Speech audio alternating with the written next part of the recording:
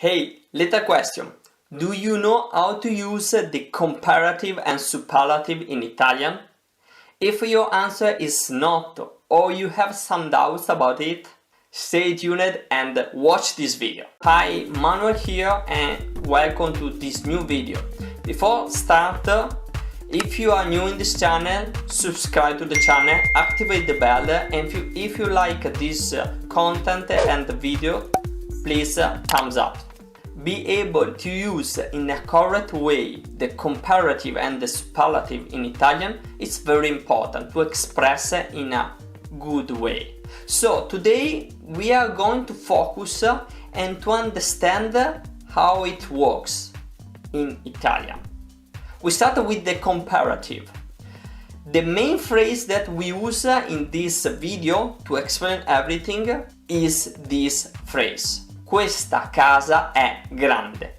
This house is big. Now we start with the comparative. Questa casa è più grande di quella di Rosie. So we have two houses, this house and the Rosie's house, and we compare. Questa casa è più grande, is bigger than Rosie's house. So this house is like this and Rosie's house is like this. Questa casa è meno grande di quella di Rosie. This house, Rosie's house, but here meno grande. So it's like this house is like this, Rosie's house is like this. And the third one is questa casa è grande come quella di Rosie. This house, Rosie's house, the size is the same. One thing that you have to remember when you want to use the comparative in Italian is that the little word that is like a conjunction from the first element and the second element change depending if you use a name or pronoun or if you use a verb or an adjective. Give you an example to understand. Emilia è più elegante di Adriana. Emilia, first element, Adriana, second element. È più elegante, is more elegant. And here, Emilia and Adriana are two names. So we use the to conjunction. Another example. Tu sei più divertente di lui. So you are more fun than him. And we use always the. But if you want to compare two verbs or two adjectives, the little word that conjuncts the two elements is che. Look. Nuotare è più bello che dormire.